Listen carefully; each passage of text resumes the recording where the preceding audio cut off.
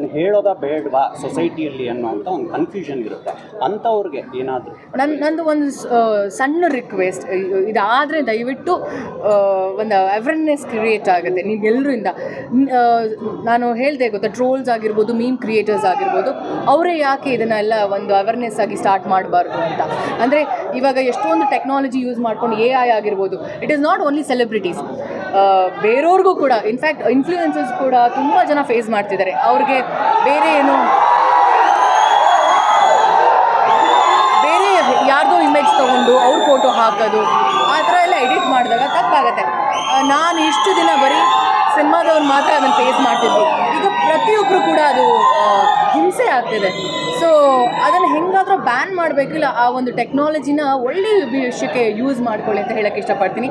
I sincerely request, ನೀವು ಎಲ್ರಿಗೂ ಏನಾದರೂ ಆದರೆ ಪ್ಲೀಸ್ ಡೂ ಸಮಥಿಂಗ್, ಒಂದು ಅವೇರ್ನೆಸ್ ಕ್ರಿಯೇಟ್ ಆಗುತ್ತೆ ಎಲ್ರಿಗೂ, all YouTubers and meme creators and trolls. ದಯವಿಟ್ಟು ಹೇಳ್ತೀನಿ, ಇದಕ್ಕೆ ನೀವು ದಯವಿಟ್ಟು ಕೈ ಜೋಡಿಸ್ಬೇಕಾಗತ್ತೆ. ನೀವು ಯಾರು ಏನು ಮಾಡಲ್ಲ ಅಂದರೆ ನಾವು ಎಷ್ಟೇ ಹೇಳಿದ್ರೂ ಅದು ಪ್ರಯೋಜನ ಆಗುತ್ತೆ. ಮೇಡಮ್, ಉತ್ತರ ಕರ್ನಾಟಕ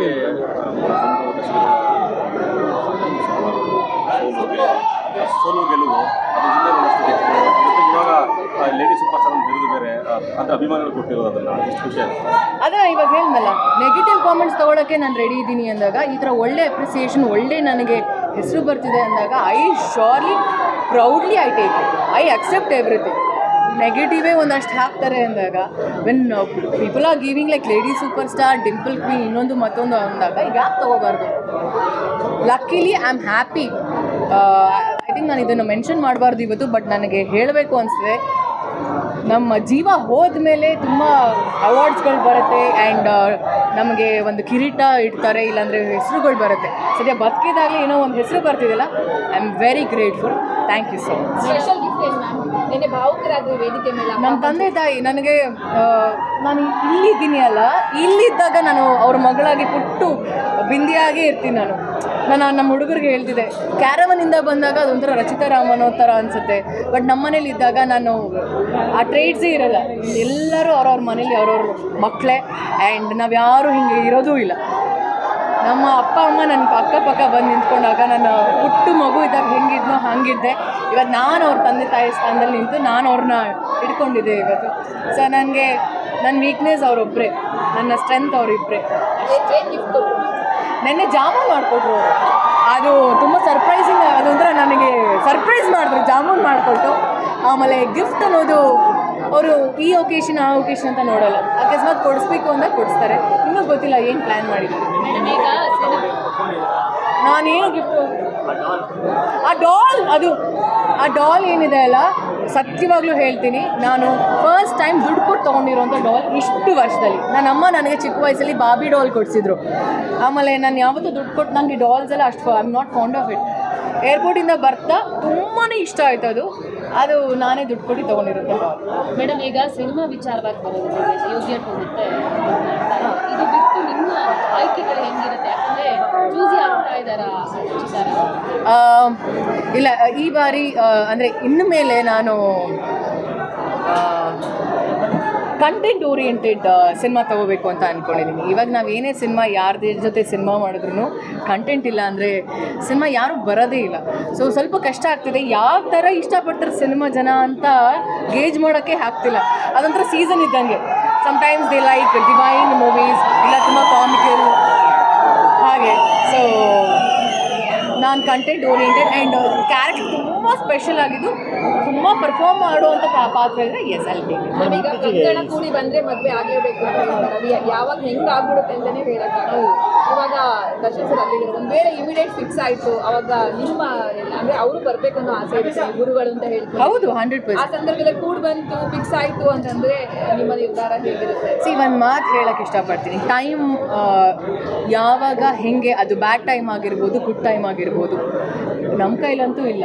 ಆ್ಯಂಡ್ ಹುಟ್ಟೋದು ಇಲ್ಲ, ಸಾವು ಇಲ್ಲ, ಮದುವೆ ಇಲ್ಲ, ನಾಮಕರಣ, ಇನ್ನೊಂದು ಮತ್ತೊಂದು, ಅದು ಅಷ್ಟೇ. It is all time.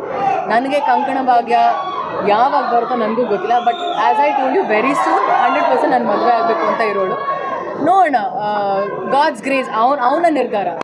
ನಾವು ಯಾರು ನಿರ್ಧಾರ ಮಾಡೋದು ತಪ್ಪಾಗಿದೆ. ನೆಕ್ಸ್ಟ್ ಇಯರ್ ಅಥವಾ ಈ ವರ್ಷ ಆಗ್ಬೋದು ಅಂತ ಅನ್ಸುತ್ತೆ. ಈ ವರ್ಷ ಈಗ ಅಕ್ಟೋಬರ್, ನವೆಂಬರ್, ಡಿಸೆಂಬರ್ ಕಷ್ಟ ಆಗುತ್ತೆ. ಇಲ್ಲ ಈ 2 months ಅಲ್ಲಿ ಸಿಕ್ಕಿದಾರೆ ಅನ್ನೋ ಸುದ್ದಿ. ಇಲ್ಲ 100% ಸತ್ಯವಾಗ್ಲೂ ಹೇಳ್ತೀನಿ. ಯಶೋದ ಇಲ್ಲ, ಸತ್ಯವಾಗ್ಲೂ ಇಲ್ಲ. ಸಿಕ್ಕಿದಾಗ ನನ್ನಷ್ಟು ಖುಷಿಯಾಗಿ ನಿಮ್ಮ ಎಲ್ಲರ ಹತ್ರನೂ ಹೇಳೋರು ಇನ್ಯಾರೂ ಇರಲ್ಲ. ಹಾನೆಸ್ಟ್ಲಿ ಹೇಳ್ತೀನಿ, I will be the first person to reveal. And ನನ್ನ ಮದುವೆ ಅದು. ಯಾ ರಚಿತಾ ಅವರು ಲೀಡ್ ಹೀರೋಯಿನ್ ಆಗಿ ಹೆಚ್ಚು ಸಿನಿಮಾ ಕಾಣಿಸ್ಕೊಂತ ಬರ್ತೀವಿ. ಸಡನ್ ಆಗಿ ಒಂದಿಷ್ಟು ಪೋಷಕ ಬಂದರೆ ಕೆಲವು ರೋಲ್ ಮೇಲೆ ಹೋಗುವಂಥ ಕೂಲಿನ್ ಆಗಿರ್ಬೋದು. ಈಗ ಲ್ಯಾಂಡ್ ಸಿನಿಮಾಗೂ ಕೂಡ ಒಂದು ತಾಯಿ ರೋಲ್ ಬಂದಿದ್ದು. ಯಾಕೆ ಈ ಥರದ್ದೊಂದು ನಿರ್ಧಾರಗಳು? ಒಂಥರ ಒಂದೇ ರೀತಿ ಪಾತ್ರ ಮಾಡಿ ಸ್ವಲ್ಪ ನನಗೂ ಬೋರ್ ಆಗಿದೆ. ಪಾತ್ರದಲ್ಲಿ ಎಕ್ಸ್ಪೆರಿಮೆಂಟ್ ಮಾಡಬೇಕು. ಇಲ್ಲ ನೀವುಗಳೇ ಬೈತೀರ, ನೀವುಗಳೇ ಹೇಳ್ತೀರ, ನೀವಿಗಿಂತ ಜನ ಕಮೆಂಟ್ ಮಾಡ್ತಾರೆ ಸಾಕಾಗೋಗಿದೆ ಇದನ್ನು ನೋಡಿ ಅಂತ. ಸೊ ಲೆಟ್ ಸ್ಟಾರ್ಟ್ ಎಕ್ಸ್ಪೆರಿಮೆಂಟಿಂಗ್ ಅಂದ್ಬಿಟ್ಟು ಐ ಜಸ್ಟ್ ಸ್ಟಾರ್ಟೆಡ್ ಅಷ್ಟೇ. Resolution, birthday resolution.